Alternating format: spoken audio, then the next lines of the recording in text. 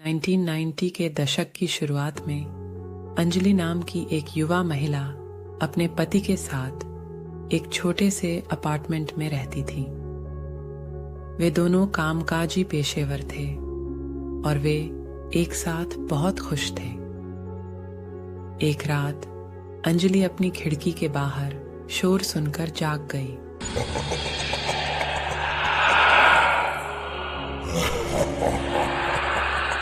जो उसने सुना था।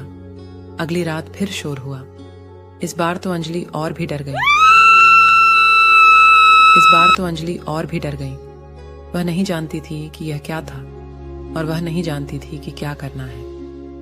उसने अपने पति को शोर के बारे में बताया, लेकिन उसने उसकी बात पर विश्वास नहीं किया। उसने उससे कहा कि वह सिर्फ चीजों की कल्पना कर रही थी, लेकिन अंजलि जानती थी कि वह चीजों की कल्पना नहीं कर रही थी।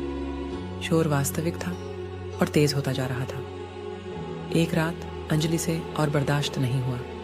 उसने बाहर जाकर जांच करने का फैसला किया। वह खिड़की के पास गई और खिड़की खोल दी। उसने बाहर देखा और उसे छाया में एक आकृति खड़ी दिखाई दी। वह व्यक्ति लंबा और पतला था और उसने एक लंबा काला लबादा पहन रखा था। अंजलि घबरा गई। वह चीखना चाहती थी, लेकिन चिल्ला नहीं सकी। वह डर के मारे जड़ हो गई थी। आकृति ने अपना सिर उठाया और अंजलि ने उसका चेहरा देखा। ये एक खोपड़ी थी जिसकी आंखें खाली थीं और गाल खोखले थे। अंजलि चिल्लाई और खिड़की बंद कर दी। वह वापस अपने बिस्तर की ओर भागी और कंबल के नीचे छिप गई। उस रात उसे नींद नहीं आई। वह खोपड़ी के चेहरे वाली आकृति के बारे में सोचती रही। वह नहीं जानती थी कि यह क्या था या यह उसे क्यों परेशान कर रहा था। अगले दिन अंजलि पुलिस के पास गई।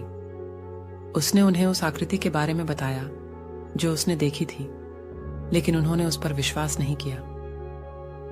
उन्होंने उससे कहा कि वह सिर्फ चीजों की कल्पना कर रही थी। अंजलि को पता था कि वह चीजों की कल्पना नहीं कर रही थी, लेकिन वह नहीं जानती थी कि क्या करना है। वह डरी हुई थी और उसे नहीं पता था कि इस आकृति से कैसे छुटकारा पाया जाए। अंजलि अपने घर आई। वह कल रात की घटना के बारे में सोच रही थी। अचानक अंजलि को अपनी दादी की बातें याद आती हैं।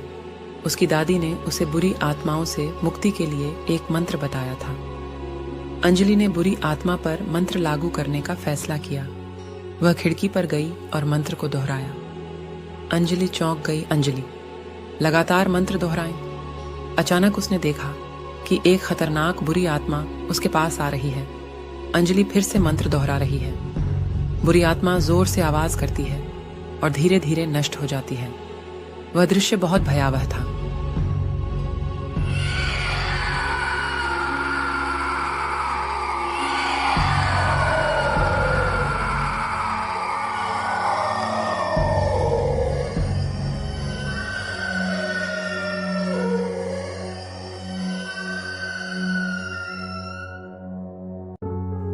आखिरकार वह उस बुरी आत्मा से पूरी तरह मुक्त हो गई और अपने पति के साथ एक खुशहाल जीवन जी रही है।